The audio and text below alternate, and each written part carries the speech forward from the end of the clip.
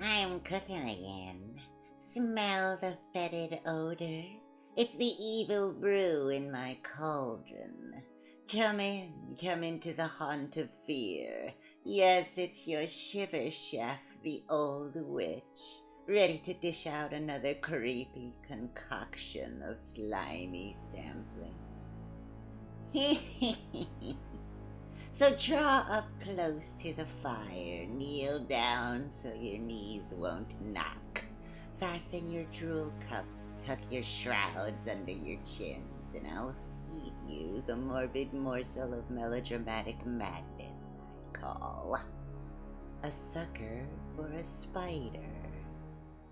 Maxwell Stoneman, president of the County Bank and Trust Company, pushed his chair away from the elaborately set dinner table in the dining room of his luxurious mansion. He grinned down at his dinner guest, the bank's chief teller, Randolph Spurd. Come, Spurd. Before we have our coffee, I'd like to show you something. Something I think you'll be very interested in. My collection of rare spiders. Spiders? Oh, dear. Wealthy banker Stoneman led his meek-looking chief teller through the richly furnished living room into a glass-walled greenhouse. Spiders have been my hobby for years, Spurd. I've specimens from all over the world. I dislike spiders, Mr. Stoneman. Covering one wall of the greenhouse was a line of glass cases. Each case contained a soil bottom and was artistically planted with foliage. I love them, Spurd. An amazing creature, the spider. Take this one, for example. Ugh, gives me the shivers. Max Stoneman pointed through the front glass of one of the cases. Inside, a huge, hairy, eight-legged creature crouched on a broad leaf. This is the tarantula. I got this one from a seaman on a banana boat. When it matures, it will measure 6, maybe 8 inches across. Is it poisonous? It can sting you pretty badly, but its bite isn't too toxic. It's about as bad as a wasp bite. There aren't many spiders whose bites are poisonous. The Black Widow is about the only spider found in the United States that can kill a man. I'm deathly afraid of spiders, Mr. Stoneman. Can't we talk business now? Banker Stoneman took his chief teller by the arm and led him to another case. Later, Spurd. First, I must show you the prize of my collection. Here, in this case, it's a Vermula spider, a very rare variety. What a lovely web it's spun. Mr. Stoneman reached down below the spider case and picked up a large jar covered at the top with cheesecloth. I want you to watch what the Vermula does to one of its victims, Spurd. This is a bottle of flies. Please, Mr. Stoneman, don't. Maxwell Stoneman captured one of the imprisoned flies from the jar and held it in his closed fist. Then he opened the spider case and flung the unfortunate insect into the Vermula's web. There! See how the little fellow sticks there? Poor thing, it's struggling to free itself. The trapped fly twisted and turned in an effort to tear itself from the web. It won't get loose, Spurd. The Vermula's web is covered with a thick adhesive coating. The spider's coming. Yes. Now watch. See how the Vermula sinks its fangs into the fly? It paralyzes its victim. Oh, dear. Then it begins to spin a covering around the fly. See? See how it turns the fly over and over, spinning its web around it like a cocoon? And the fly, is it still alive? Exactly. The Vermula will keep the fly that way until it is ready to eat it. At that time, it will inject the fly with an enzyme, which acts as a pre-digestion agent.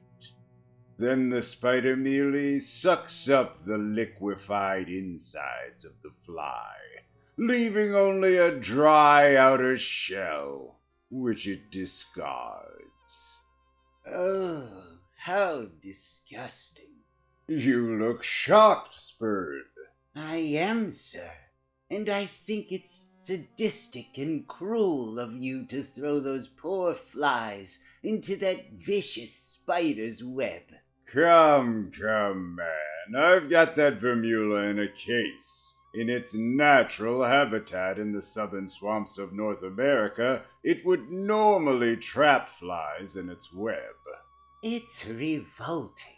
Don't be silly, Spurd. That's nature. You know, dog eat dog. In this case, it's spider eat fly. That's the way it survives, and we all struggle to survive. We've all got to be like that spider, in a way. Perhaps you're right, sir. I never thought of it that way. Randolph Spurd followed his employer out of the greenhouse into the luxurious living room. All right, Spurd, what's on your mind? You invited yourself here tonight. What's up? Well, sir, I've noticed something wrong at the bank. Something terribly wrong. Oh? It's the books, sir. They don't balance. In fact, I would say someone is, stealing from the bank, sir. I came here tonight to, warn you. You see, I know who that someone is. You do? Yes, Mr. Stoneman. When I first came tonight, I intended to let you know I knew about the discrepancy in the books, so that you could replace the money and nothing more would be said.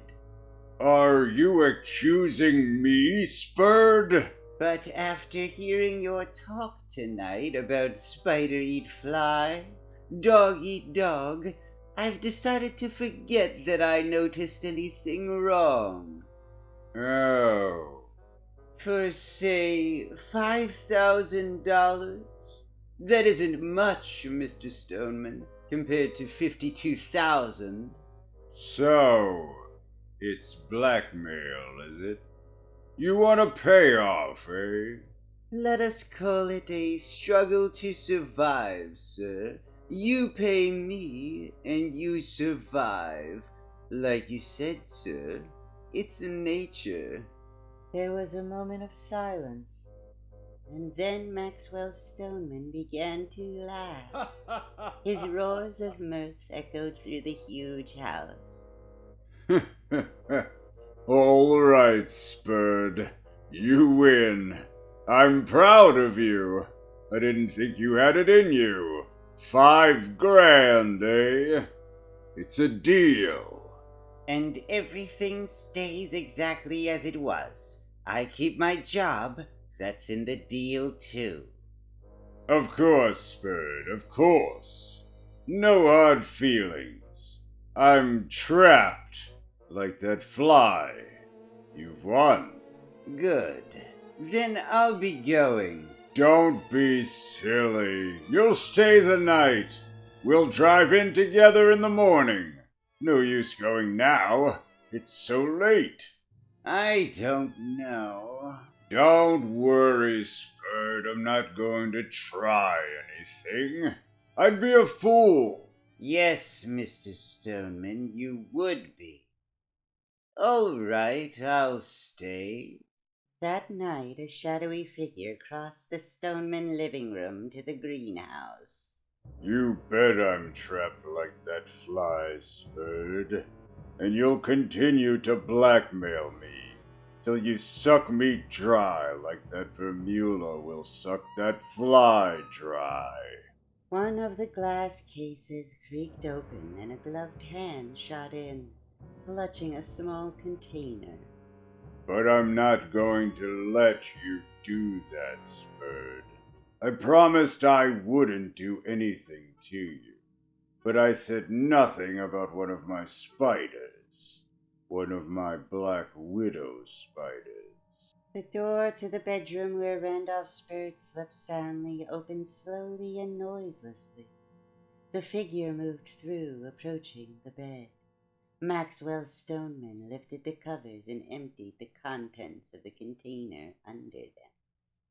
There, little Black Widow. I've aggravated you and tormented you.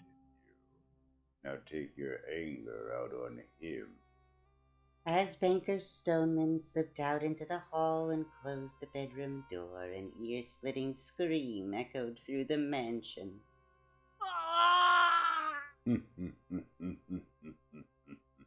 The next morning, the police came in answer to Maxwell Stoneman's frantic phone call. They questioned Max about Randolph Spurd's unfortunate death. Max was heartbroken. The doc says a Black Widow killed him, Mr. Stoneman. Have you any idea how the spider got out of its case? No, I showed Mr. Spurd my collection last night. Perhaps the case door was left open. The police inspector hammered away, but could prove nothing. I invited him to my house socially. I do that often for my employees. I like to make them feel I am their friend as well as their employer. Okay, Mr. Stoneman. That'll be all. Wrap it up, boys. Just an accident. That's all. But Maxwell Stoneman didn't like the way the police inspector eyed him. Max decided it might be better to get out of the state for a few months till the incident was forgotten. Your plane is ready, Mr. Stoneman. Going south? Yes, George, going to Miami for a few months. Mr. Stoneman owned his own plane. He was an expert pilot, flying it all over the country for business and pleasure. The next day, high over Georgia. Ought to be in Miami in 2 hours. That's the Okefenokee Swamp down there now. I... Suddenly, the engine sputtered and died. The plane began to lose altitude. Good Lord! The engine's conked out! I'm going down! Max tumbled out of the tiny plane's door as it went into a spin. His chute mushroomed open and he began to float lazily toward the foreboding swamp below. Not a sign of a road or a cabin. I'm right over the worst section of the Okefenokee. The part that no man is supposed to be able to find his way out of. Max dropped into a thickly overgrown spot, his chute snarled in a moss-laden cypress tree, and he hung helplessly, dangling above the stagnant, foul-smelling water. I've got to cut myself loose. Thank goodness I have a knife. Banker Stoneman hacked away at the chute cords until he cut himself free. He plunged downward toward the swamp's surface. Suddenly... What the? I've fallen into something. Max looked around. He seemed to be lying upon some sort of huge net. He struggled to free himself. The net, it's all sticky. It's like a huge spider web. The more Maxwell Stoneman tried to escape, the more hopelessly entangled he became. Suddenly a movement caught Max's eye. A huge hairy shape loomed up before him. Oh no! No! The Bermuda spider! Help! The disgusting thing sprang at Matt, burying its dripping fangs into his chest. He felt a knifing chill creep over his body. Then the gigantic spider began to cover him with its milky white spinnings. I'm paralyzed. I can't move.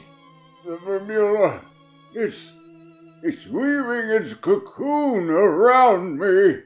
When the wreckage of Banker Stoneman's plane was spotted by an airline pilot deep in the heart of the Okefenokee swamp, helicopters brought a searching party in.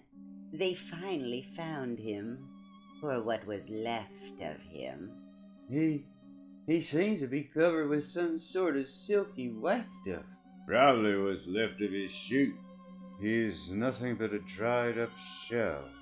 All of his flesh and guts seem to have been sucked out of his body. Ants. Ants nothing. Maxie yelled uncle before that spider got through with him. What?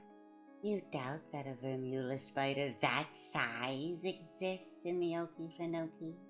Would you like to take a trip down there with me sometime and see? I'll let you talk to an old guide down there. He'll tell you about the time he was out hunting duck and spider. Bye now. We'll all see you next in that rag, the Vault of Horror.